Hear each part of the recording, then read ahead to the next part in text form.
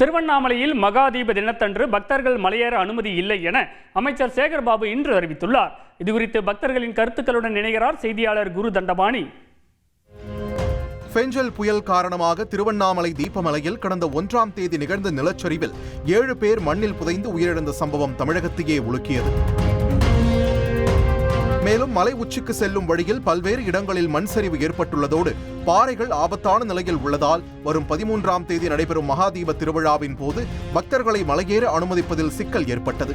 இது தொடர்பாக தீபமலையில் 3 நாட்களாக ஆய்வு மேற்கொண்ட நிபுணர் குழு ஒரே நேரத்தில் அதிகமானோர் மலையேற அனுமதிக்க கூடாது என்று தமிழ்நாடு அரசிடம் அறிக்கை தாக்கல் செய்தது. இதையடுத்து கார்த்திகை தீப திருவிழாவின் போது பக்தர்கள் தீபமலை மீது ஏற அனுமதி இல்லை என்று அமைச்சர் சேகர்பாபு இன்று அறிவித்துள்ளார். அதே சமயம் 2668 அடி உயர மலை உச்சியில் தீபம் ஏற்ற தேவையான 600 கிலோ நெய், 350 கிலோ திரி மற்றும் 250 கிலோ கொப்பரை ஆகியவற்றை எடுத்துச் செல்ல தேவையான நபர்கள் மற்றும் போலீசாருக்கு மட்டுமே அனுமதி அளிக்கப்படும் என்றும் அவர் குறிப்பிட்டார்.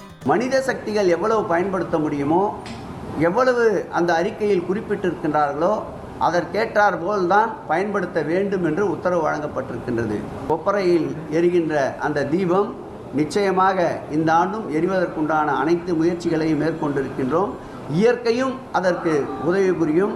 அண்ணாமலையாரும் உண்ணாமலையாரும் அதற்கு உதவியாக இருப்பார்கள்.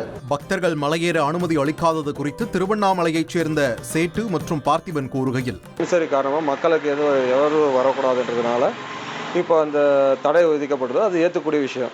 மண்சரிவு ஏற்பட்டதுனால இந்த வருஷம் குழு அமைக்கப்பட்டு ஆராய்ச்சி பண்ணதுனால மேலே போகிறதுக்கு அனுமதிக்கு மறுக்கப்பட்டுள்ளது. இதை நாங்கள் வரவேற்கிறோம். திருக்கார்த்திகை மகாதீபத்தன்று சுமார் 40 லட்சம் பக்தர்கள் திருவண்ணாமலையில் கூடுவார்கள் என்று எதிர்பார்க்கப்படுவதால் மாவட்ட நிர்வாகம் சார்பில் பல்வேறு ஏற்பாடுகளும் கட்டுப்பாடுகளும் விதிக்கப்பட்டுள்ளன. செய்தியாளர் குரு தண்டபாணி வழங்கும் கூடுதல் தகவல். நாளை அதிகாலையில் கொப்பரைக்கு சிறப்பு பூஜைகள் நடைபெற்று காலை 6 மணி அளவுக்கு அண்ணாமலையார் மலையின் மீது அந்த கொப்பரை கொண்டு செல்லப்படும்.